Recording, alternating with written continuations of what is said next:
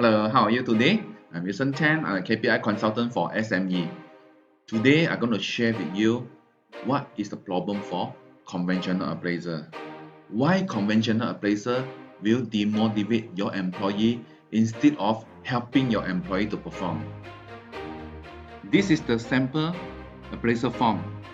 A lot of companies using the appraisal form for confirmation, mid-year, contractual renewal, and also year-end appraisal. Let's look at this form here. So in this form, you have something called the guideline to do the performance rating. You have poor, average, good, outstanding, and so on. And then you have the description, a general description, and you have the score range. For example, you have poor 0 to 5.9, average 6 to 7.9, and so on.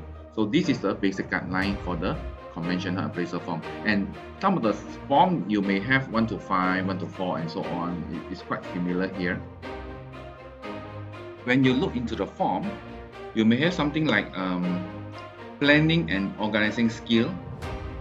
Then you have a setting objective. You have leadership, customer satisfaction, work knowledge, and so on. You have many items inside your form. Form looks professional, right? So what is the problem with this form? Let's think about it. Let me pick up one item here. Work knowledge. So if I were to evaluate my employee on work knowledge, you have a choice to score from 0 to 10. Now, let's say I give my employee 5. Then your employee is going to ask me, why 5? What do you mean by 5? Why not 6? Why not 7? I think I'm 10, right? How are you going to justify the score that you've given to your employee? Then your manager may flip to the front page and referring to the guideline here, poor. Poor means not achieving basic expectation and so on. Then you give 5. Then your employee asks you, what do you mean by basic expectation? I don't understand, right? You didn't specify clearly. What is your basic expectation on work knowledge? So if your manager not able to justify, and the argument between your employees and your managers will never end. You will not able to resolve this conflict. You will have a lot of unhappy employee, and eventually your employee will be demotivated. Now, you ask your boss, the planning and organizing skill important or not? Yes, important. And leadership important or not? Yes, important. Customer satisfaction important. Work knowledge and responsibility and productivity important or not? Yes, important. Teamwork important or not? Yes, important. Communication important. You have so many items inside your form, and you're saying that everything is important means nothing is important. When you have so many items in the form, you will not able to focus. You will dilute the importance of the KPI. That is another big issue here. I'm going to prove to you why this doesn't work. If I'm a customer service officer, my responsibility is to ensure customer happy. If you look at the form here, I have a customer satisfaction indicator.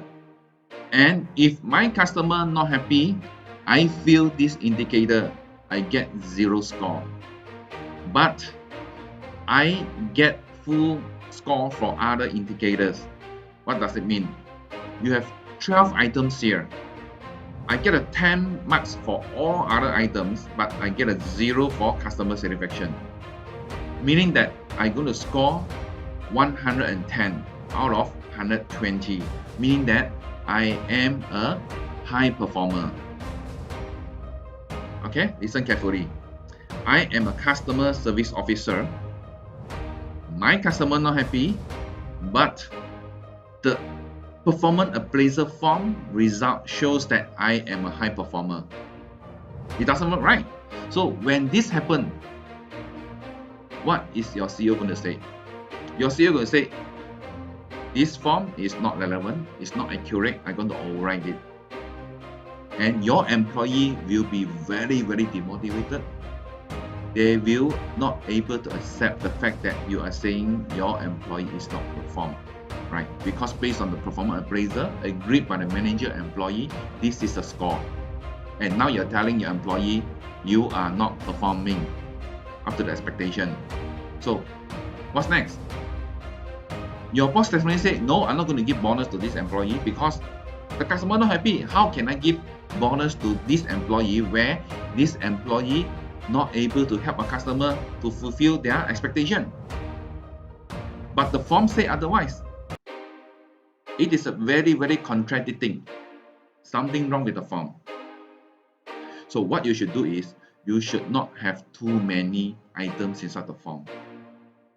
You should have only around 3 to 5 KPI. You should not have too many KPI in your appraisal. So, in summary, these are the common mistakes in the conventional appraisal. First, you have a long list of checklist items. Too many, you cannot focus. You should have only around 3 to 5 KPI. You have confusing rating of 1 to 5. You mixed up competency and KPI here. Competency is the ability to perform. KPI is the end result. When you're talking about measuring performance, we are measuring the result. We are measuring the performance of the company, of the department, of the employee. We are not talking about the competency. But don't get me wrong here, I'm not saying that competency is not important. Competency is important, but from the context of KPI, you need to be very, very clear what are you measuring here. And your KPI, you should have a weightage.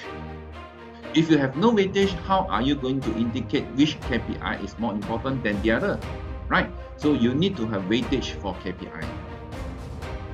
And your KPI is not aligned to the company goals.